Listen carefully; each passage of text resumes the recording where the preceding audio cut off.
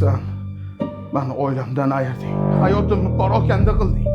Lekin bir kun kelib bundan xor holatga tushmasang, rozi emasman. Iflos.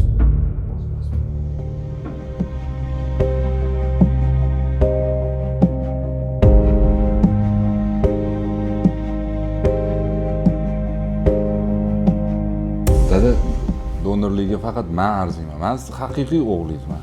Men beraman, mana sizga asrab yuribman. Mariyaga shukr. Doktor, qarang, men donor bo'lishga ko'proq loyiqman, to'g'rimi? O'zingiz ayting, men bunga talashib yotibman men. Men sportchiman. Meniki ko'proq chop, to'g'rimi? Namcha talashdinglar? Kimma analizi yaxshi chiqsa, o'sha donor bo'ladi.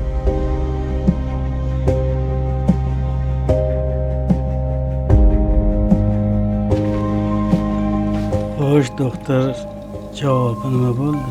Otaxon, analizni 3 marta qayta tekshirdi. Lekin DNK test qilishga majbur bo'ldik. Meni kechirasiz. Ikkala farzandingiz ham biologik otasi emas ekansiz.